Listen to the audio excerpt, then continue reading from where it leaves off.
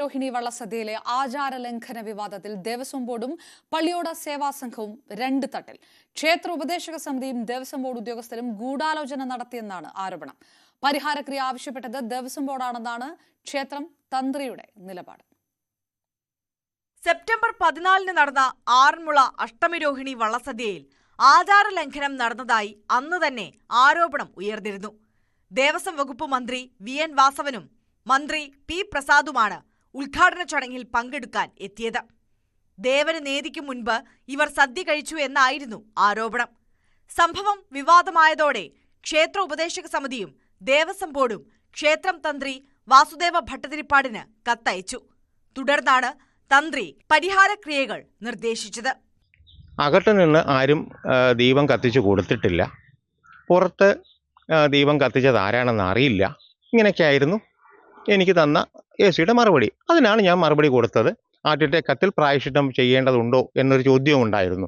ഇത് രണ്ടും കൂടെ നോക്കുമ്പോൾ ഇത് പ്രായശ്ചിത്ത വിഷയമാണ് എന്ന് ആർക്കും മനസ്സിലാവും. അതുകൊണ്ടാണ് ആ പ്രായശ്ചിത്തം നിശ്ചയിച്ചത്. സദ്യയുമായിട്ട് ബന്ധപ്പെട്ടതായതുകൊണ്ട് ആ സദ്യ ബന്ധിതമായ ഒരു പ്രായശ്ചിത്തം നിശ്ചയിച്ചു. അത്രയേ ഉള്ളൂ.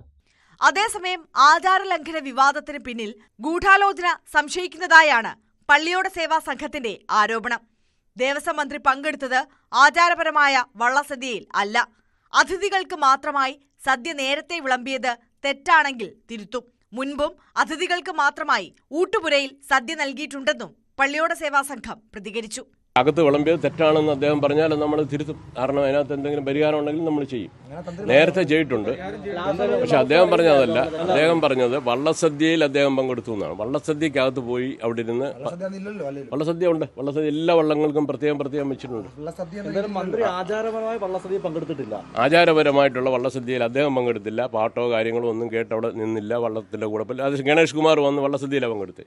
ഗണേഷ് കുമാർ നേരെ ചെന്ന് ഷെഡിൽ ചെന്ന് വള്ളസദ്യയിലാണ് പങ്കെടുത്തത്. ദേവസ്വം മന്ത്രിക്ക് പിന്തുണയുമായി Travancore Devaswom Board president PS Prashanth രംഗത്ത് വന്നു. ആറന്മുളയിൽ ആചാര ലംഘനം നടന്നു എന്നുള്ള പരാതി എങ്ങനെ ഉണ്ടായെന്ന് എനിക്കറിയില്ല. പക്ഷെ എന്തായാലും ഒരു കാര്യം പറയാം. പള്ളിയോട സേവാ സംഘമാണ് അവിടുത്തെ ഈ വള്ളസദ്യയുടെ ആധികാരികമായ നടത്തുന്നത്. അവർ ക്ഷണിച്ചിട്ടാണ് മന്ത്രി അവിടെ പോയത്.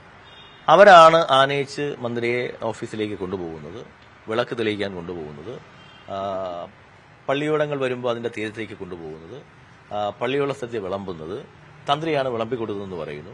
അപ്പൊ ഇതെല്ലാം പള്ളിയോട സേവാ സംഘത്തിന്റെ കാർമ്മികത്വത്തിലാണ് ഇത് നടന്നത്. വള്ളസദ്യ നടത്തിപ്പിൽ നിന്നും പള്ളിയോട സേവാ സംഘത്തെ ഒഴിവാക്കാനുള്ള ബോധപൂർവമായ നീക്കം നടക്കുന്നുവെന്നാണ് പള്ളിയോട സേവാ സംഘം സംശയിക്കുന്നത്. News 18 പത്തനംതിട്ട.